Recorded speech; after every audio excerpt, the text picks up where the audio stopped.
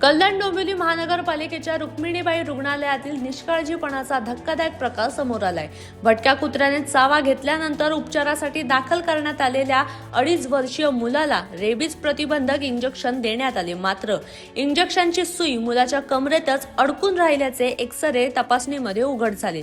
त्यानंतर शस्त्रक्रिया करून मुलाच्या कमरेतून सुई काढण्यात आली। या घटनेनंतर मुलाच्या कुटुंबियांनी रुग्णालय प्रशासनाविरोधात तीव्र नाराजी व्यक्त केली आहे। दरम्यान या प्रकरणी शिवसेना शिंदे गट आणि शिवसेना ठाकरे गटाच्या पदाधिकाऱ्यांनी संबंधित जबाबदारांवर कठोर कारवाई करण्याची मागणी केली असून रुग्णालयाची निष्काळजीपणाचा सखोल चौकशी करण्याची मागणी करण्यात आली है। मेरा नाम काजल पांडे है और मैं परसों के दिन 2 तारीख के दिन मैं बच्चे को लेकर आई थी। यहाँ पे 2.5 साल का मेरा बेटा था, उसको मेरे पालतू डॉग ने यहाँ पे खेलते खेलते बाइट कर लिया।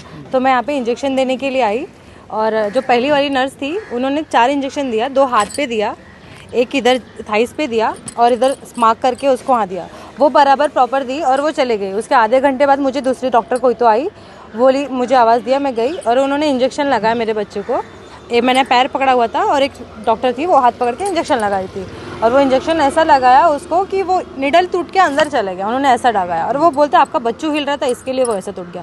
और वो निडल देखेंगे ना आप एक्सरे में तो वो कैसे वो हड्डी की इधर लग के वो टेढ़ा हो गया। निडल है ना ऐसा सीधा रहता है, वो निडल टेढ़ा हो गया। पता कब चला कि वहीं उसी टाइम पे मैंने उनको बोला कि निडल कहाँ गया, क्योंकि वो मेरे सामने टूटा तो उड़ा नहीं कहीं। वो बोल रही है नहीं निडल टूट के गिर गया होगा ऊपर साइड में, बाहर साइड में कहीं। तो मैंने बोला नहीं गिरा। मैंने टॉर्च ऑन करके मैंने पूरा देखा, वहाँ पे अगल बगल पूरा बेड के आसपास नहीं था। तो मैंने बोला नहीं वो अंदर गया। तो वो बोलती नहीं अंदर नहीं गया है। वो 2-3 लोग को बुलाया और वो देखे, बोलते नहीं अंदर नहीं, ऐसा टच किया मेरे बच्चे को ऐसा। कैसी मैडम कहाँ पर है? अभी वो मेरे घर पर है फिलहाल। कल रात को हम लोग उसको ओटी कराया, देन उसके बाद में फिर घर पर लेकर आए, क्योंकि ऑलरेडी हम लोग को साइन भेजा था। वहाँ 3-4 घंटा वेस्ट करने के बाद भी वो बोलते रात के टाइम पे बोले एडमिट करने। यहाँ वहाँ दौड़ाया हम लोग को। क्या मांग रहेगी मैडम आपकी?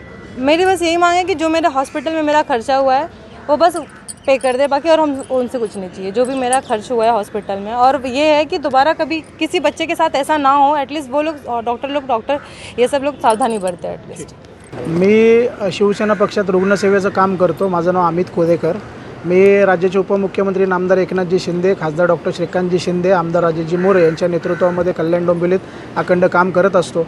आज रुक्मिणीबाई हॉस्पिटलमध्ये एक इन्सिडेंट झालेला आहे 2 दिवसाआधी की एका बाळाच्या अंगामध्ये एक सुई राहिलेली आहे। डॉक्टरनी दिल्यानंतर त्या बाळाला कुत्रा चावला होता म्हणून त्यांच्या आईवडिलांनी ॲडमिट केल्यानंतर उपचारादरम्यान ती सुई त्या बाळाच्या आतमध्ये राहिली। त्यानंतर जेव्हा एक्सरे काढला त्यानंतर ते त्यांच्या इथल्या डॉक्टरांच्या लक्षात आलं, इथल्या डॉक्टरांच्या मते ती सुई आतमध्ये नव्हती, पण एक्सरे काढल्यानंतर ती लक्षात आली की ती सुई आतमध्ये आहे। म्हणजे हा किती मोठा गलतान कारभार आहे। आणि माझी मागणी अशी आहे की ह्या जे कोणी इंटर्न आहे, मी आता DHO अंबरनाथ जे इथे सुपरिटेंडंट आहेत त्यांच्याशी चर्चा केली।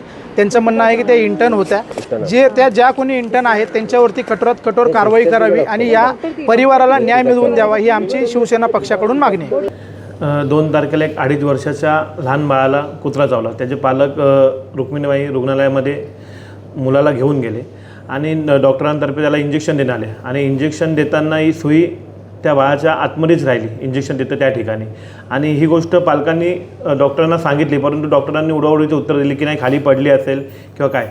त्यानंतर त्या मुलाला त्रास झाल्यानंतर खाजगी रुग्णालयात घेऊन गेले आणि ऑपरेशन करून ती सुई काढण्यात आली। जर कल्याण डोंबिवली महानगरपालिकेतील डॉक्टरांना जर इंजेक्शनही देता येत नसेल तर याबाबत प्रशासनाने विचार केला पाहिजे। आणि हे आत्ताचं नाही तर वारंवार रुक्मिणीबाई रुग्णालयामध्ये आता मागच्या वेळी मला वाटतं प्लॅस्टर खराब दर्जाचं होतं, त्यानंतर एक्सपायरी डेट गेलेले आपल्या गोळ्या औषधं होते। मग प्रत्येक वेळी महिन्याभरामध्ये रुक्मिणीबाई रुग्णालयातनं कोणती ना कोणती बातमी येत असते। तरी माझी प्रशासनाला विनंती आहे की जी या डॉक्टरांनी जी ही कृत्य केले याच्यावरती कडक कारवाई होणार का आणि याबाबत रुक्मिणीबाबत कधी सुधारणा होणार।